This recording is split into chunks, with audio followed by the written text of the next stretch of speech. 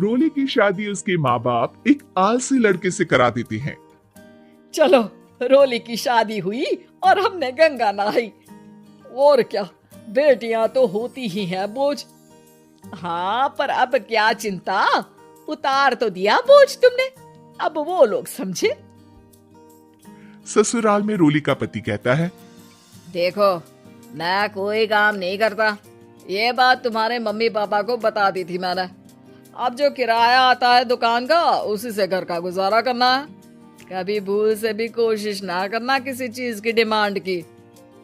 क्या mummy papa को पता था कि आप कोई काम नहीं करते?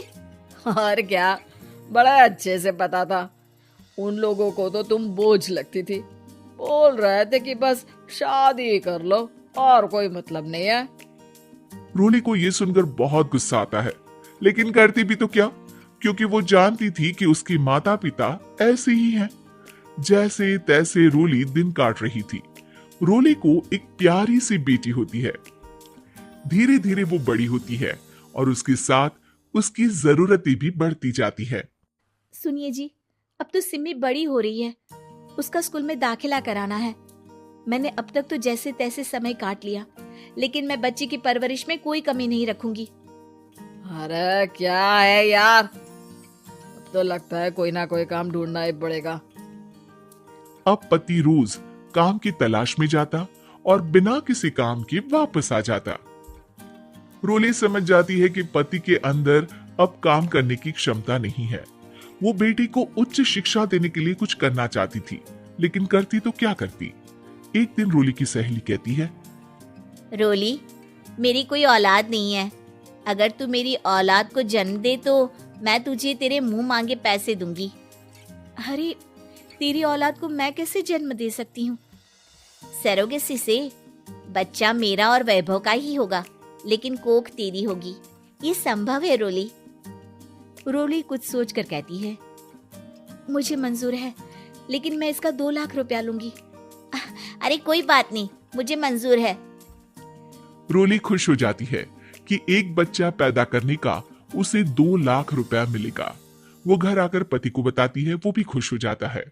अब क्या था, डॉक्टर के पास जाकर सहेली का बच्चा रोली की कोख में पलने लगता है। मुझे 20,000 चाहिए मेरे बेटी के एडमिशन के लिए।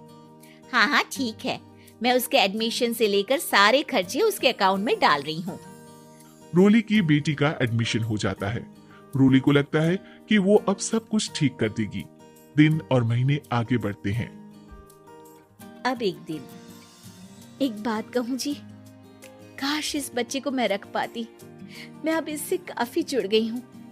अरे यार, पता नहीं किसका बच्चा है, अपने पास है ना अपनी मुन्नी। हाँ, लेकिन अब मैं भी इस बच्चे से जुड़ाव फील करने लगी हूँ, लेकिन मैं ये जानती हूँ कि ये मेरा बच्चा नहीं है। दोनों की जिंदगी ठीक चल रही थी, लेकिन कहते ना कि सुख का पल ज्यादा लंबा नहीं होता। एक दिन रोली की सहेली का फोन आता है। रोली, मुझे अब ये बच्चा नहीं चाहिए, मैं अपने पति को छोड़ रही हूँ। अरे लेकिन मुझे पैसों की जरूरत है, बच्चा तुम्हारा है, मैं क्या करूँगी?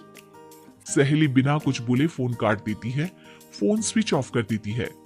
लेकिन रोली के जीवन का तूफान यही नहीं रुकता। रोली, मैं इतना भार नहीं उठा सकता। आज पढ़ाई का पैसा मांग रही हो, कल को शादी, कॉलेज और पता नहीं क्या क्या। मैं तुम्हें छोड़ रहा हूँ, अपनी बच्ची उठाओ और निकलो इस घर से। अरे पर मैं कर तो रही हूँ ना बच्चे के लिए काम, आप आराम से रहिए ना।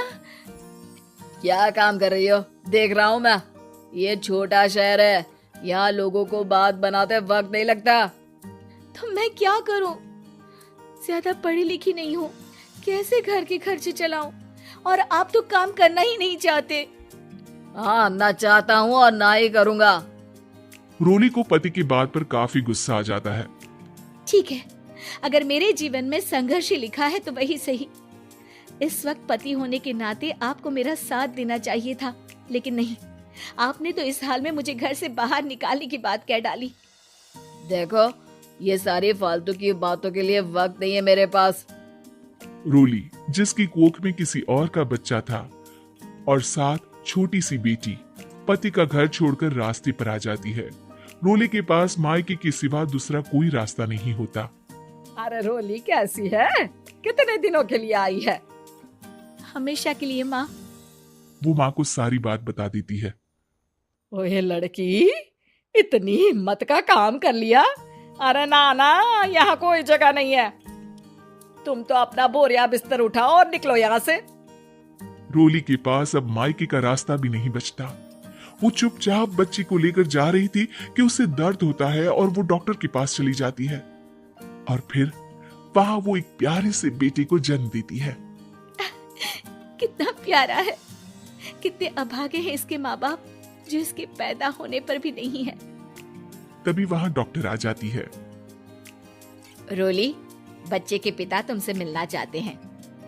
आपका बहुत बहुत शुक्रिया। मैं इस बच्चे को पालूंगा। भले ही इसकी माँ ने इसे छोड़ दिया हो, पर मैं अपनी जिम्मेदारी निभाऊंगा। तो क्या आप मुझे इसके पैदा करने के लिए जिन पैसों की बात हुई थी वो भी देंगे? हाँ, और साथ ही आप चाहें तो मेरे घर में रहकर मेरे बच्चे की देखभाल भी कर सकती हैं। मैं उसके लिए आपको सैलरी दे दिया करूंगा। रोली को लगता है कि जैसे भगवान ने उसके लिए सुकून का रास्ता खोल दिया। वो अब मुकेश के साथ उसके घर चली जाती है, जहां रहकर वो उस बच्चे की देखरेख करती है। अब मुकेश के घर को रोली अच्छे से संभाल लेती है। उसके लिए खाना बनाने से लेकर बच्चों की देखभाल और घर की देखरेख। धीरे धीरे मुकेश को रोली से प्यार हो जाता है। रोली, तुम्हारी बेटी और मेरा बेटा बिल्कुल भाई बहन की तरह साथ रहते हैं। हाँ, आखिर है तो एक ही कोख के बच्चे, अटैचमेंट तो होगा ही ना।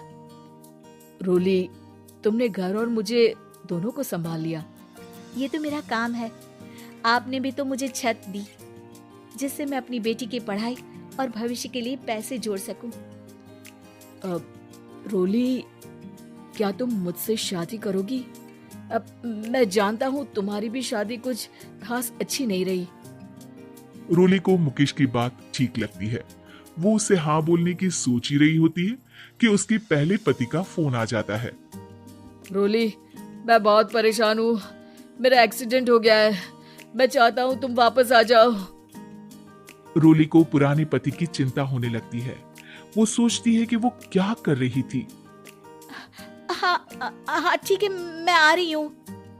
हाँ रोली, आ जाओ, लेकिन बच्ची को कहीं हॉस्टल में छोड़कर आना, क्योंकि मैं नहीं चाहता कि हम लोगों के बीच फिर से वो सारी बातें हो। रोली को समझ आ जाता है कि पति आज भी सुधरा नहीं है। वो पति के पास जाने से इनकार कर मुकेश को हाँ कर देती है।